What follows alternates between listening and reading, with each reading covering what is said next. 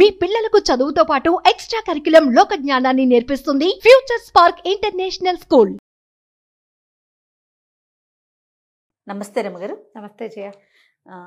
రమగారు, పిల్లలు భయపడుతున్నా, దెయ్యాల సినిమాలు చూస్తున్నా, లేదంటే ఏదైనా ట్రావెల్ చేస్తున్నా వెంటనే జై హనుమాన్ అనుకోమంటాం, లేకపోతే హనుమాన్ చాలీసా చదువుకుంటే మంచిది, భయం పోతుందంటాం. భయం అనగానే హనుమాన్, ఇవి రెండు ఈక్వల్గా ఉంటాయి అన్నమాట కదండి. హనుమాన్ చాలీసా అసలు ఎట్లా చదవాలి రమ్మగారు? రోజుకి ఎన్నిసార్లు చదవాలని కానీ, ఎట్లా చదవాలని కానీ అలాంటి నియమాలు ఏమైనా ఉన్నాయా? తర్వాత గ్రాంధికం కూడా కాదు కదండి. 30 నిమిషాలలో నొప్పి లేకుండా వేడికోస్ స్వయం చికిత్స ఆవేశ హాస్పిటల్ హైదరాబాద్. దాన్ని చదువుకోవటం అంటే బాగా నేర్చుకోవాలి నాకు తెలిసి. వన్స్ నోటుకు వచ్చేసిందంటే మనం అలా రెగ్యులర్గా వెళ్ళిపోతుంటుంది. దాని యొక్క విశిష్టత ఏంటి మీరు కొంచెం పదునుగా చెప్పండి. ఆంజనేయ స్వామిని తలుచుకుంటే భయం పోతుంది, శక్తి వస్తుంది. అదొకటే కాకుండా చాలా వస్తాయి జయ. ఆంజనేయ స్వామిని తలుచుకుంటే ఏమొస్తుందో చెప్పడానికి ఒక ప్రత్యేకమైన శ్లోకం. బుద్ధిర్బలం యశోధైర్యం నిర్భయత్వం అరోగత అజాడ్యం వాక్పటుత్వం చ హనుమత్ స్మరణాత్ భవేత్ అని చెప్తారు. బుద్ధి బలం రెండును, యశోధైర్యం యశస్సు ధైర్యము, కీర్తి ధైర్యం, నిర్భయత్వం అరోగత భయం లేకపోవటము, జబ్బులు తగ్గిపోవటం, ఆరోగ్యత, అరోగత రోగం లేకపోవటం, అజాడ్యం వాక్పటుత్వంచ అజాడ్యం అంటే జడతో మందంగా బద్ధకంగా జడుగా ఉండటం. ఇందులో ఈ జడత్వంలో వ్యక్తులు బద్ధకంగా ఉండటమే కాదు, మందమతిగా ఉంటారు చూడు కొంతమంది పిల్లలు. కొంచెం కొద్దిపాటి ఆటిజం ఉంది, కొంచెం ఏదో అంటే మెంటల్లీ కంప్లీట్లీ ఛాలెంజ్డ్ కాదు, కొంచెం ఛాలెంజ్డ్ కిడ్స్, వాళ్ళకు కూడా వాక్పటుత్వంచ మాటలు సరిగా రావట్లేదు, తెలివిగా సమయస్ఫూర్తి లేదు, తెలివిగా మాట్లాడలేకపోతున్నారు. అలాంటప్పుడు కూడా హనుమత్ స్మరణాత్ భవేత్, వాక్పటుత్వం కూడా ఆంజనేయ స్వామి స్మరణతోటి వస్తుంది. ఇంకేముంది, అన్నీ వచ్చేస్తాయి ఈ శ్లోకం చదువుకోవటం. చెప్పారు కదా, బుద్ధిర్బలం యశోధైర్యం నిర్భయత్వం అరోగత అజాడ్యం వాక్పటుత్వంచ హనుమత్ స్మరణాత్ భవేత్. ఇందులో అర్థం కాని విషయం ఉందా? నీకు అర్థమైంది నేను చెప్పకండి. అవునవును కదా, క్లియర్గా ఉంది. ఇప్పుడు ఆంజనేయ స్వామిని తలుచుకుంటే భయం పోతుంది, ఒకటే కాదు కదా, బుద్ధి బలము యశస్సు ధైర్యము కీర్తి సమస్తం వస్తాయి, జబ్బులు తగ్గిపోతాయి, వాక్పటుత్వం వస్తుంది. రామాయణంలో ఆంజనేయ స్వామి మనకి ఎంటర్ అయింది ఎప్పటి నుంచి? కిష్కింధకాండలో కనపడతారు. ముందు రామాయణంలో ఎక్కడా ఉండదు, బాలకాండలో లేదు. ప్రస్తావన ఉంది. బాలకాండలో బ్రహ్మదేవుడు దేవతలందరికీ చెప్పారు, సెలవిచ్చారు, భగవంతుడు సంపూర్ణ మానవావతారుడుగా జన్మించబోతున్నాడు, అతను చేయబోయే మహత్కార్యాలకి మనమందరం కూడా మనం ఎంతో కొంత సహాయం చేద్దాం అని చెప్పి, మనము అందరం మీరందరూ కూడా దేవతలందరూ మీరంతా కలిసి మీ శక్తులతోటి వానరులకి జన్మనివ్వండి, అప్సరసల యందు గంధర్వాంగనల యందు వానరులకి జన్మనివ్వండి అని చెప్పారు.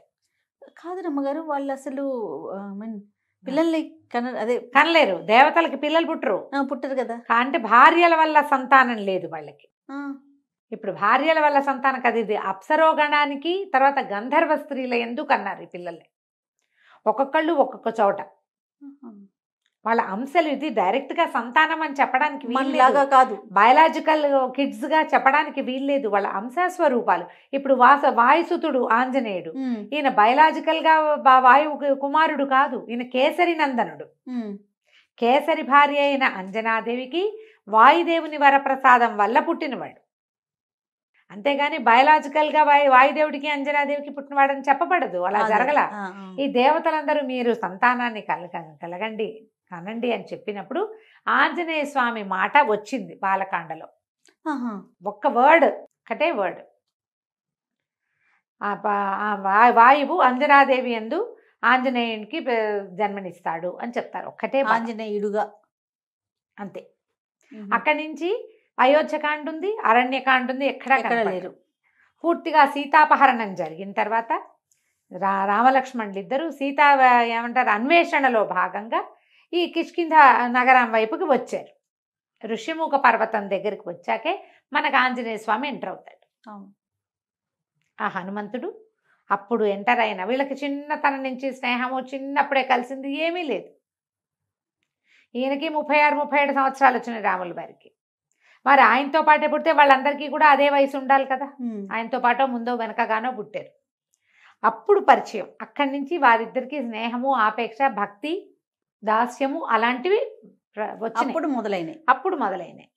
అయితే ఇప్పుడు ఈ సమయంలో ఎంటర్ అయిన ఆంజనేయ స్వామి భగవంతుడైన శ్రీరాముడికి, పరిపూర్ణ మానవావతారుడుగా ఉన్నటువంటి భగవంతుడికి అత్యంత ఆనందాన్ని కలిగించాడు.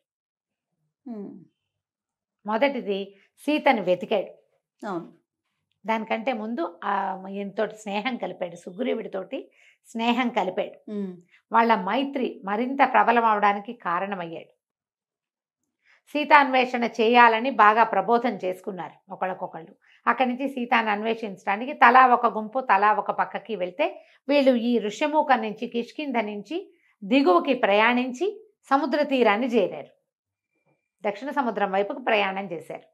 అక్కడ చాలా రకాలుగా తెలుసుకుని ఆయనకి అపరిమితమైన బల సంపన్నుడైనప్పటికీ శక్తి తెలియకుండా తెలివిగలవాడుగానే ఉన్నాడు, కానీ బలశాలిగా అప్పటిదాకా ప్రదర్శన లేదు ఆంజనేయ స్వామి పట్ల. ఈయన అత్యంత బలశాలి అని, ఈయనకి ఇలాంటి శక్తి ఉందని, ఏదైనా చేయగలడని అప్పుడే చెప్పబడింది. కిష్కింధకాండ చివరి భాగంలో, సుందరకాండ మొదటి భాగంలో. అప్పుడు ఈయన ఏం చేశాడు, తన శరీరాన్ని పెంచి సముద్ర లంఘనం చేశాడు. సీతని ఎక్కడుందో సీతాదేవిని చూసొచ్చాడు. సీత కోసం ప్రయత్నం చేస్తూ రావణాసురుడి కంటపడ్డాడు, లంకాదహనం చేశాడు. మేము యుద్ధానికి వస్తున్నామని చెప్పొచ్చాడు. చూసిరమ్మంటే కాల్చొచ్చాడు. వెనక్కి వచ్చి సీతని చూశానని, ఇదిగో ఉంగరం అని చేతిలో పెట్టాడు. ఉంగరం ఆవిడకి ఇచ్చి, ఆవిడ తాలూకు చూడామణిని తీసుకొచ్చి రాముల వారికి ఇచ్చి అత్యంత సంతోషాన్ని కలగజేశాడు. ఆ వస్తువు చూడంగానే ఆయనకి సీతాదేవిని చూసినంత సంతోషం కలిగింది. ఇప్పుడు మనం ఆంజనేయ స్వామిని కనుక ప్రార్థిస్తే మనం ఎవరికి సన్నిహితంగా ఉన్నట్టు? రాముల వారికి. అక్షరాల. తర్వాత యుద్ధానికి బయలుదేరారు. యుద్ధంలో కూడా ఆయన చెయ్యగలిగినంత సాయం చేశాడు ఆంజనేయ స్వామి. అపరిమితమైన ప్రీతితోటి ఈయన్ని కొలిచాడు. చిరంజీవిగా వరం పొందాడు. ఆయనకు అంతకుముందు ఉంది, రాముల వారి వల్ల కూడా వచ్చింది. ఎక్కడ రామనామ సంకీర్తనం ఉంటే అక్కడ ఆంజనేయ స్వామి ఉంటాడని చెప్తారు. ఎత్ర ఎత్ర రఘునాథ కీర్తనం తత్ర తత్ర కృతమస్తకాంజలిం బాష్పవారి పరిపూర్ణలోచనం మారుతిం నమత రాక్షసాంతకం. ఎక్కడ రామనామ స్మరణ ఉంటే అక్కడ ఆంజనేయ స్వామి ఉంటాడు. ఈ కథనాల వీటి వల్ల మనం ఆంజనేయ స్వామిని తలుచుకుంటే భగవంతుని సామీప్యాన్ని పొందినట్టు మనం ఆటోమేటిక్గా వస్తుంది. అందుకని పిల్లలకి హనుమాన్ చాలీసా నేర్పిద్దాము. ఆంజనేయ స్వామికి సంబంధించిన చాలా శ్లోకాలు ఉన్నాయి. 12 నామావళి, ఆంజనేయ స్వామి తాలూకు 12 నామావళి, 12 నామాలు ఉన్నది, చిన్నది, అది చెప్పచ్చు. అక్కడి నుంచి హనుమాన్ చాలీసా పెద్ద చాలీసా అనగానే 40 కదా. అయితే ఈ 40 శ్లోకాలు, దోహాలు అంటే చిన్న వాటి కదా, 4 లైన్లే. అవి కూడా సరిగా రాస్తే 2 లైన్లే వస్తాయి. తెలుగులోనూ చెప్పుకోవచ్చు. సంస్కృతం అంటే ఒరిజినల్ భాషలో తులసీదాస్ గారు రచించినటువంటి అవధి భాషలో ఉన్న హనుమాన్ చాలీసా అంటే డైరెక్ట్గా ఋషి ప్రోక్తం, ఋషి ఏం చెప్పారో అది. ఇప్పుడు వాల్మీకి మహాముని చెప్పిన రామాయణాన్ని ఋషి ఆయన తన కంటితో చూసి దాన్నంతా మనకు అందించారు. ఇప్పుడు ఆ వాక్యాలే మనం చదివితే అద్భుతమైన ప్రయోజనం లభిస్తుంది. అలాగే తర్వాత మన యుగాల్లో తులసీదాస్ గారు కూడా వాల్మీకి మహామునికి దగ్గర నుంచోగలిగిన స్థాయి కలిగిన ఋషితుల్యులు. ఆయన చెప్పినటువంటి హనుమాన్ చాలీసాని మనం అదే భాషలో చేస్తే చాలా మంచిది. ఆ భాష చెప్పలేకపోతాం, తప్పులు వస్తాయని చూస్తే తెలుగు భాషలో మనకి అవకాశం ఉంది, అది కూడా చెప్పుకోవచ్చు. హనుమాన్ చాలీసా సింపుల్గా వస్తుంది పిల్లలకి. ఏదైనా ట్యూన్లో నేర్పించుకోవటమే. 2 పద్యాలు చొప్పున, దోహాలు చొప్పున చెప్పినా కూడా వచ్చేస్తాయి. అవును, రోజు చెప్తుంటే చక్కగా వస్తుంది. సాయంకాలం పూట పిల్లలకి చెప్పండి. పిల్లల్ని ఇదేంటంటే ఇదేదో చదివితే అదేదో వస్తుందని కాదు. ఇది చదివితే నీకు బాగుంటుంది, నీకు ధైర్యం వస్తుంది, నీకు బుద్ధి వస్తుంది, నీకు జ్ఞానం వస్తుంది, నీకు అనారోగ్యం తగ్గుతుంది, నువ్వు ధైర్యంగా ఉంటావు, నీకు ఎవరో ఒకళ్ళ సహాయం లభిస్తుంది. అసలు సహాయమే అవసరం లేని అసహాయ సూర్యుడిగా నువ్వు ఉండొచ్చు. ఆంజనేయ స్వామికి ఎవరు సహాయం చేశారు? లక్ష్మణ స్వామిని బతికించడానికి ఈయన ఏం చేశాడు? సంజీవ పర్వతానికి పరిగెత్తుకుంటూ వెళ్ళాడు. అవును. ఆయన ఒక్కడే తెచ్చాడు. ఎవరు సహాయం చేశారు? ఎవరు చేయలేదుగా. అసహాయ సూర్యుడిగా అవుతారు అని చెప్పి నేర్పించి దాన్ని మెల్లిగా రోజు వారడికి చదవటంలో పెట్టండి. దీనికి ప్రారంభం ఏంటంటే తల్లిదండ్రికి వచ్చి ఉండాలమ్మా. అది పిల్లాడికి ఇప్పుడు నాబోటి పెద్దమ్మతోటి నేర్పించడం గొప్ప కాదు. నువ్వు కూడా నేర్చుకో, నువ్వు కూడా చదువు. శనివారమో మంగళవారమో చదవటం, గుళ్ళోకి తీసుకెళ్తే గుళ్ళో నాన్న హనుమాన్ చాలీసా చెప్పుకో అని చాలీసా చెప్పిచ్చేసేయాలి పిల్లలతోటి. ఇది మనం 3వ ఏటి నుంచి మొదలు పెట్టచ్చు. మా పిల్లలకి నేను అట్లా చెప్పాను చేయాలి. తొందరగా మాటలు వచ్చినాయి, ఈజీగా. మాకు ఎంఎస్ సుబ్బలక్ష్మిని ఫాలో అయ్యే అలవాటు ఉంది. ఎంఎస్ సుబ్బలక్ష్మి గారిది చాలా బాగుంటుంది. మధ్యలో రామలక్ష్మణి జానకి జయబోలో హనుమానికి అని వస్తుంది. ప్రతి కొన్ని శ్లోకాల తర్వాత అది వస్తుంది అనమాట. అది వినడం మొదలుపెట్టి అది నేర్చుకున్నాను. నేను ఒట్టిగా విడిగా చదువుకోవటం కూడా నేర్పించాను. ఎవరు పిల్లలు కాసేపు కూర్చున్నా వాడికి ఒకటి చెప్తాను నేను. అందులో ఏదో ఒకటి చెప్పచ్చు కదా. ట్యూన్ కూడా అట్రాక్టివ్గా ఉంటుంది. రాగాల్లో ఆ రాగాల్లో నేర్చుకుంటే పిల్లలు సరదాగా నేర్చేసుకుంటారు. ఆలోచించండి. తప్పకుండా. ఇప్పుడు కళ్ళు మూసుకుంటే నాకు సుబ్బలక్ష్మి గారి గొంతు అట్లా వినపడుతుంది. ప్రతిదీ అది ఎట్లా ఉంటుందంటే మన లోపల ఒక జ్యోతిని వెలిగిస్తున్నట్టు ఉంటుంది. అవునండి. మీరు అలా వినడం నేర్చుకోండి. పిల్లలకి అట్లా చెప్పండి. పిల్లలకి నువ్వు చదివితే నీకేదో వస్తుందని చెప్పొద్దమ్మా దయచేసి. బయట నుంచి ఏది రాదు, లోపల ఉంటాయి మనకు అవన్నీ. ధైర్యము, బుద్ధి, జ్ఞానం వాకిట్లో నుంచి తెచ్చుకునేవి కాదు, లోపల పుట్టేవి అవి. ఆ లోపల ఉంటాయి, మనకు తెలీదు. ఇప్పుడు మన లోపల ఏమేమి ఉన్నాయి మనకు తెలియదు కదా. అలాగే ఇవన్నీ కూడా లోపల హిడెన్ గా ఉంటాయి ప్రతి మానవుడికి. మనమందరం రాముడు లాంటి జన్మ కలిగిన వాళ్ళమే. ఆయన అవన్నిటిని మేల్కొల్పుకున్నాడు, కళ్యాణ గుణాలని. మనం మేల్కొల్పుకోం అంతే. ఆ మేల్కొల్పుకి ఇది ఒక సాధనంగా ఉంటుందని గ్రహించుకోండి. తప్పకుండా. దీన్ని పూర్తిగా ఏమంటే మత సంబంధమైన వ్యవహారంగా తీసుకోవద్దు. అలా అనుకోవడానికి వీల్లేదు, అసలు అనుకోవద్దు. ఇది మనకు అవసరంగా భావించండి. ఆంజనేయ స్వామి చాలా తెలివైన మాట తీరున్నవాడు, అద్భుతమైన మాట. ఎక్కడ తెలివి తక్కువ మాటలు, పొరపాటు మాటలు అలాంటివి లేవు. చాలా ప్లాన్డ్గా తెలివిగా మాట్లాడే మనిషి ఆయన, వ్యక్తి. అవన్నీ వస్తాయి మనకి. అదే కదా. ఆయన బలశాలి, ఆయన ధైర్యశాలి, ఎన్నో అద్భుతమైన గుణాలు ఉన్నవాడు. అవన్నీ మనకు కూడా కావాలి. మనం ఇన్స్పిరేషన్గా తీసుకోమా వాళ్ళని వీళ్ళని అందరినీ. ఆంజనేయ స్వామి మన ఇన్స్పిరేషన్.